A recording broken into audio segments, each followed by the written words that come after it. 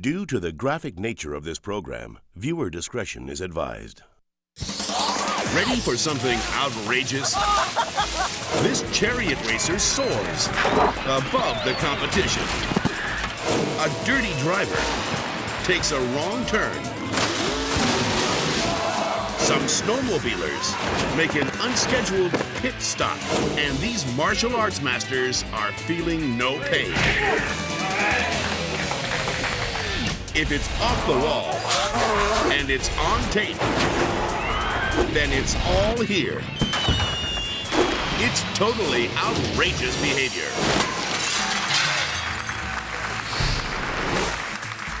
Hey everybody, I'm Lisa Durgan and welcome to Totally Outrageous Behavior. Tonight we're celebrating craziness with a fiesta of funny videos. We've got a piñata full of outrageous treats, so let's take a whack and see what falls out. It's another night at the Chariot races in Jerome, Idaho. I've been racing chariots for 21 years. But when the gates opened on Gene Coulter's race, he had a small problem. I had one horse kind of misfire. When it misfired, the tongue came out of the neck yoke and it landed on the ground. As it turns out, the tongue is a pretty important part of the whole chariot thing. You can't stop the horses because when the tongue's out, if you pull on your horses, the tongue will hit them in the rear. And so there ain't much you can do, just try to keep them on the track. Gene does a good job keeping the horses on the track.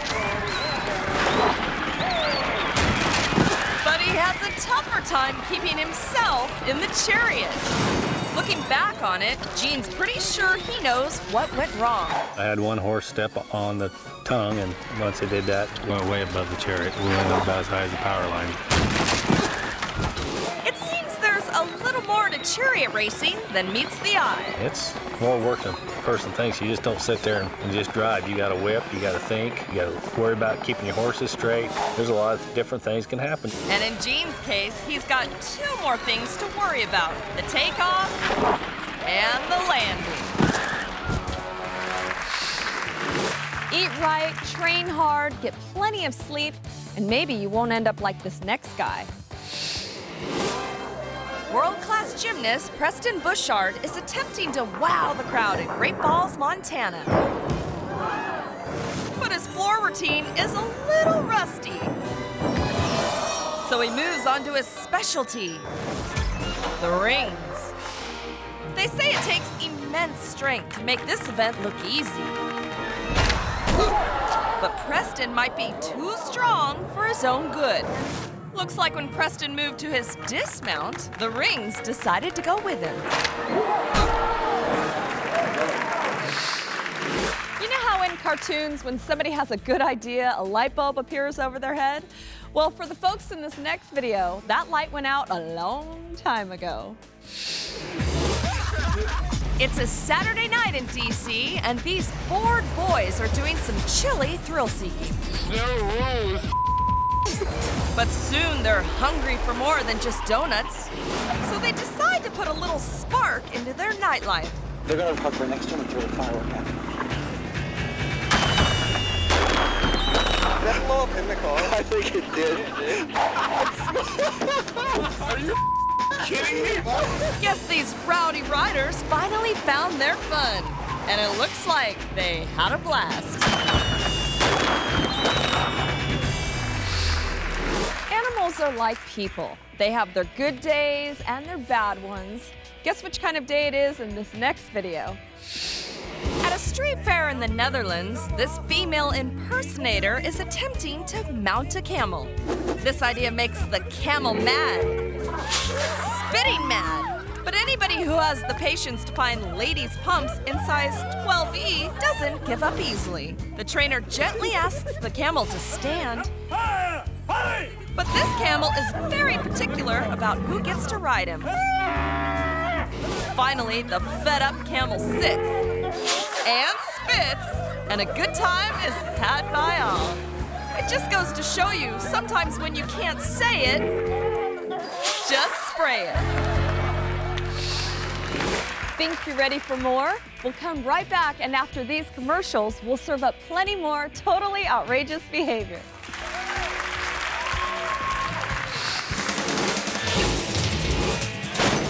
Coming up, this motorcycle rider shows off for the crowd. Plus, this driver heads out of the mud and into the garage. And later, these karate students can dish it out and take it when totally outrageous behavior continues.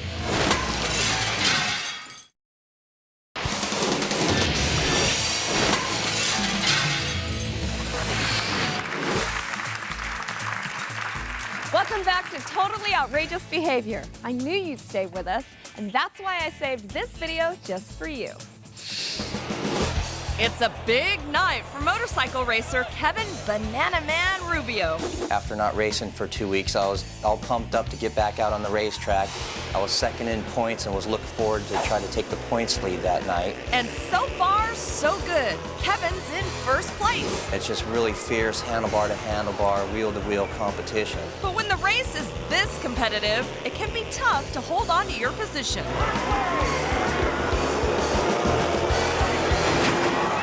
And even tougher to hold on to your bike. It just sent me flying over the handlebars and did a Nadia Comaneci acrobatics act into the grandstands. Looks like Kevin's going for his perfect 10. I believe I flipped about 3 times across the railings. I hit them just perfect in order to keep me flipping until I came to a stop. Luckily, he sticks the landing. To my amazement, I was fine. I just got banged up a lot. And while Kevin may not have won on points, he certainly had the most difficult routine.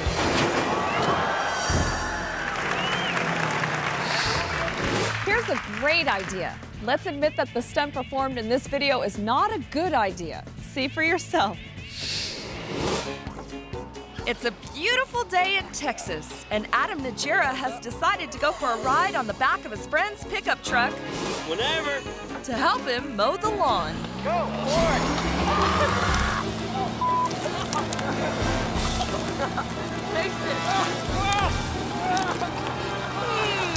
I wonder if Adam's available for private landscaping. These Texas teens have an interesting way Go for it! of doing their outdoor chores.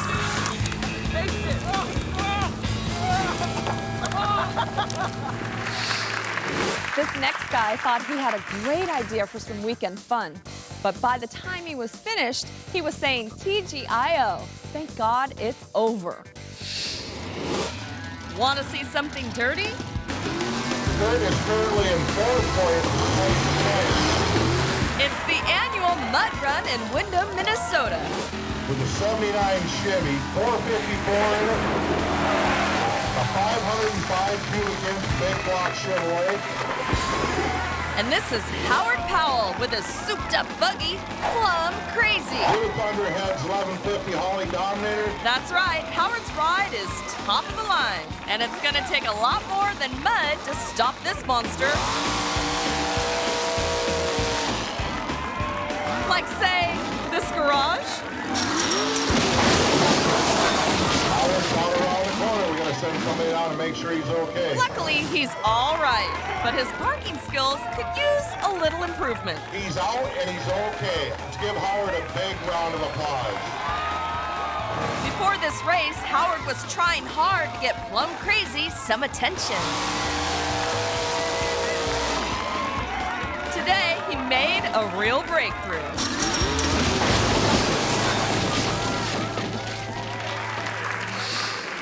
If a picture's worth 1,000 words, this video's worth 1,000,000 laughs. It's a typical afternoon of snowmobile racing in the Great White North. And in this heat, the guy in second place just caught up. That's gonna leave a mark. Fortunately, this official's on hand to direct traffic. It just goes to show you, in this sport, you need to keep your eye on the trail, and you need to look before you leap. The British say advertisement. Americans call them commercials. And I say we have to take a quick break, but we'll be right back with more totally outrageous behavior.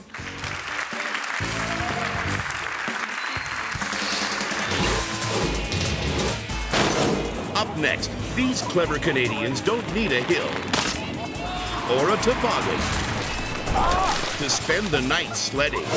Plus, a biker babe proves she's not just another pretty face plant. And later, how to take a licking and keep on ticking. Yeah! When totally outrageous behavior returns.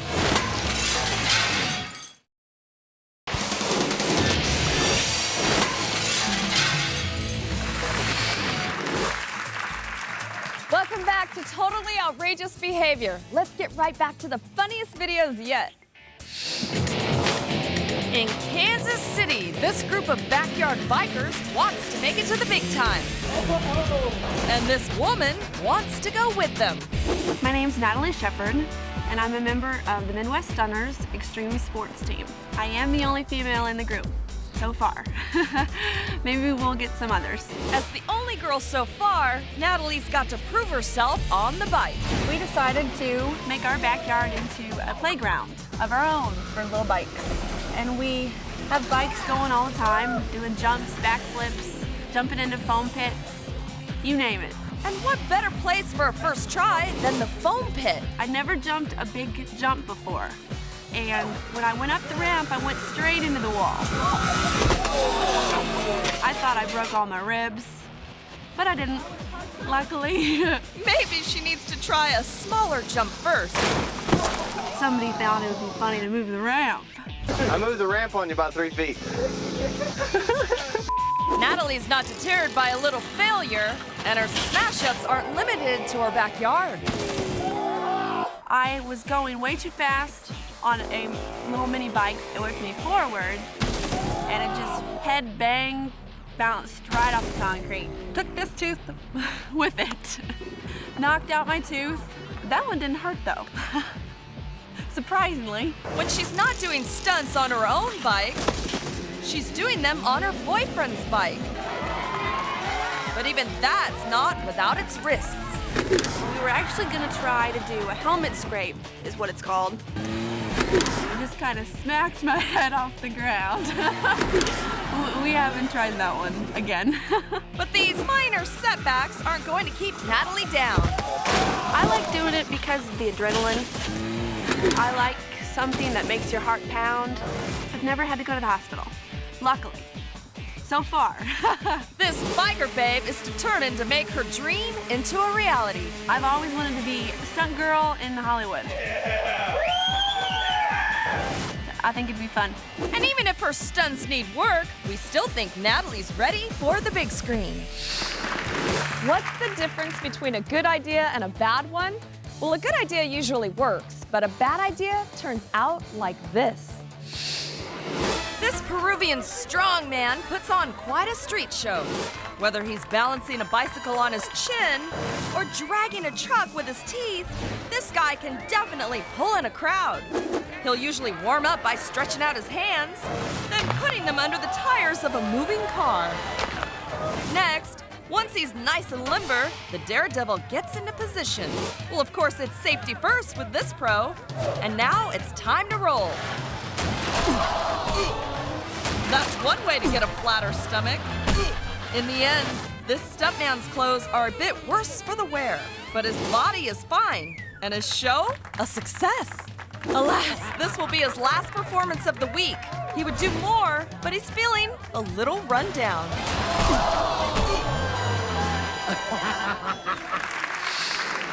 If team handball and synchronized swimming are both Olympic events, then maybe this next sport has a chance. Well, then again, probably not. Take a look. Steve Silcox and his friends can be very inventive. Now we're talking. Maybe because their town in Manitoba, Canada can get a little boring in the winter. Oh, yeah! Well, I wouldn't say that it's boring where we live. I just would say that it's a cold, long winter, and we find ways of entertaining ourselves. So Steve and his friends have come up with an interesting way to pass the time. This seems so wrong with this, but I don't think Using just a hood borrowed from a friend's '81 Cutlass. It's good. The back seat from a '79 Blazer. And a few simple tools. The guys are ready to conquer the cold. This is it, Jeff. This is the final product. Or at least have a lot of fun in it. So we kind of bolted them together and attached on a rope, and away we went. This is so overcast. It looks awesome. Naturally, it takes a little while for the guys to master car hood sledding. I looked over to the left, I saw my one friend, I looked over to the right, and then there was no one there. I just started laughing. Maybe I shouldn't be driving. But soon they're ready to take it to the next level. Yeehaw! Time for a little off-roading.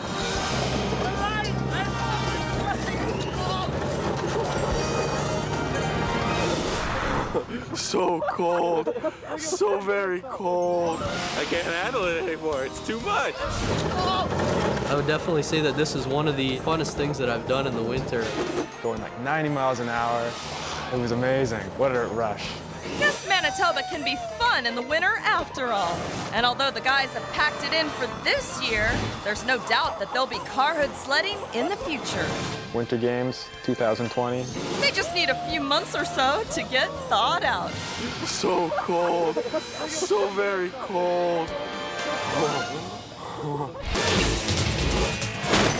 Coming up, a martial arts master's greatest hits on totally outrageous behavior.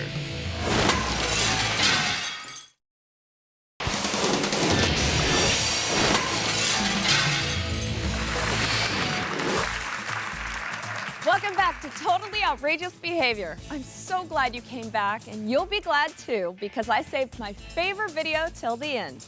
Take a look at this. So let's go low. For Ron Sakranowski, martial arts isn't just the way he makes his living, it's the way he lives his life. I've been in the martial arts close to 50 years. And inhale. You study the martial arts to achieve mental, moral, physical perfection. The martial arts is far more than fighting. Now nice and smooth. In Ron's case, it's also teaching his students how to take a blow. Focus, right in that solar plexus. I am the founder of Combat Key, which allows us to take strikes to the areas of the body that would kill an ordinary person with no injury, no bruising, to any vital area of the body. The Adam's apple, jugulars, carotid arteries, testicles, ribs, chest, whatever. Ron's disciples are more than eager to spread the word about the power of Ki. I've been in fighting arts since 1972. I've learned more from him than I've learned from any other instructor. The first thought that went through my mind, the first strike I took was, oh, please don't let me die. But these guys don't die. They don't even get hurt. We're converting them. When you stand up and get ready to take a blow, you have the confidence that you can accept the blow.